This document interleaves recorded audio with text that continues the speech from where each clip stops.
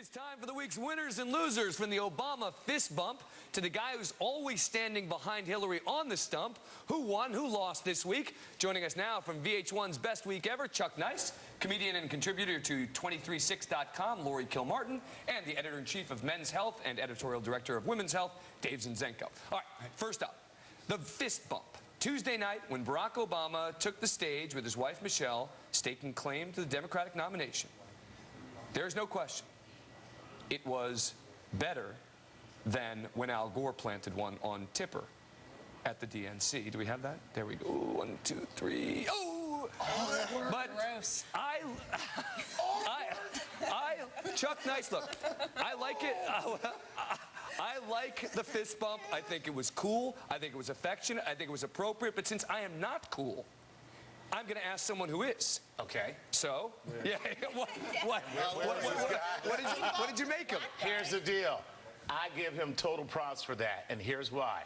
If he had initiated the fist bump, I would have thought maybe he prompted her. But she initiated the fist bump, which means that that is the kind of relationship they have. Any man that can get his wife to give him a fist bump deserves the presidency, as far as I'm concerned. If my wife went like that to me, I'd be like, please don't hit me. Dave?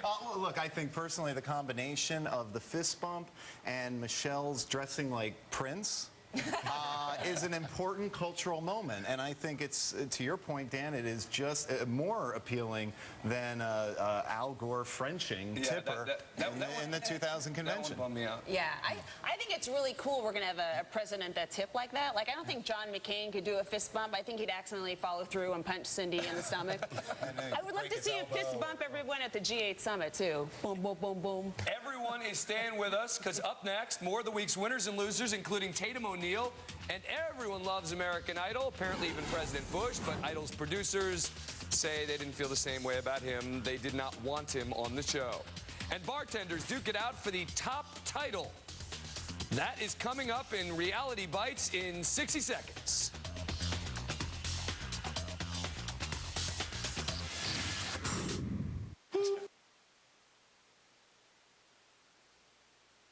Of your best customers. Sure, Mr. Stinky Fish Face. Jaijing, best customer. For the best coverage, switch to AT&T. More bars in more places. For a limited time, get our exclusive smartphones for $99.99.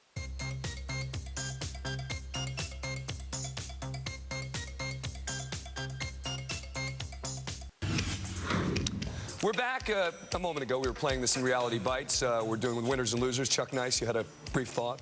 I think these guys are the worst bartenders ever. Why? You know how long I gotta wait to get a drink? This guy's doing his impression of Tom Cruise. I'm standing there watching. I don't need the entertainment, man. I need a scotch. Up next, in winners and losers of the week, former child star Tatum O'Neal, arrested for allegedly buying crack and powder cocaine, caught red-handed with a sack of crack and a pipe, allegedly. The Oscar winner first told police she was researching a role. When that excuse failed, she went with the dead dog defense, telling the New York Post that losing her dog triggered her drug relapse. You know, I think she's a loser not because she has a drug problem, because she thought someone, anyone, would say, oh, what movie are you researching? Oh, the movie was a documentary called Tatum O'Neal Buys Crack. I thought it was the Amy Winehouse story. Maybe it could be the Amy Winehouse story. Truthfully, here's the way I feel. She's a winner, because now we know that they're not 5 stages of grief. There's 6. And the 6 is, I got to buy some crack. But you know what? I think the bigger winner are the cops, because they have maybe finally convinced her, after only getting an Oscar nomination since the age of 10, that the research is just not paying off. It is time to improv. You can't stop. Right. You know, the cops actually stopped her from taking the crack, right? And so she thanked them for keeping her sober. I think she's a loser, because if you need the NYPD to keep you clean, you have to start calling your sponsor.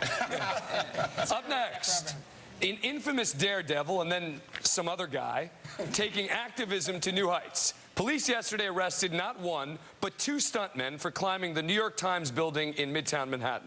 First, climber Alain Robert, known as the French Spider-Man, scaled the 52-story skyscraper sans safety gear to draw attention to global warming. He made it to the top and was immediately cuffed. The copycat climber, who hours later pulled the same stunt, and also joined his cohort in the back of a police car, said he did it to raise awareness for malaria. Now, I say the second guy is definitely a loser.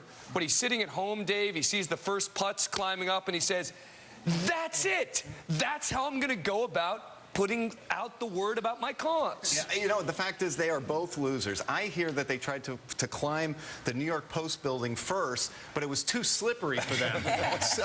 But the silver lining in this cloud they were apparently trying to reach on this building that resembles a ladder to the sky is these causes they were celebrating, because that's really important to bring awareness to these two important, don't tell me, that cause, whatever. Whatever. If you want to draw attention to malaria, shouldn't you have done that during the Spanish-American War? What's with the building? What's with the building? The building has what is effectively a ladder on the building. Like a treehouse on top. We don't know about. When I was watching these guys climb, all right, I'm thinking, oh my, how are they doing it? And then I saw the close-up. Right.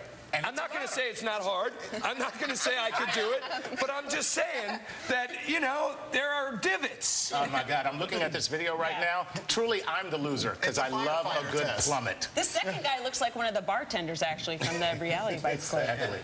Up next, this guy who always seems to find his way into a shot when Hillary Clinton is about to speak.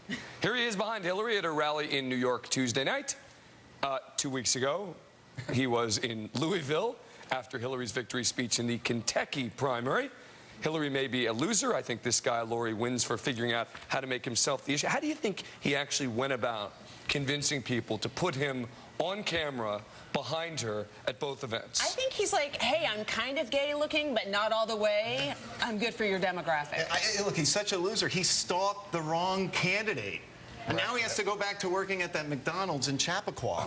I mean, I think that he may be a winner because we now know who he is. The losers are the people that were standing next to him because he's been wearing the same T-shirt for 3 weeks. Yeah, no, but he wears the exact same.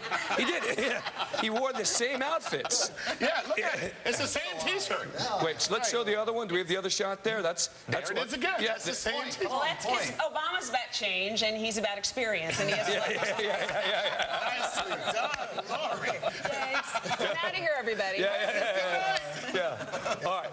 Everyone is staying with us. Up next, we continue with the week's winners and losers, including President Bush. His approval rating is at an all-time low, and even American Idol reportedly did not want him on the show. Coming up.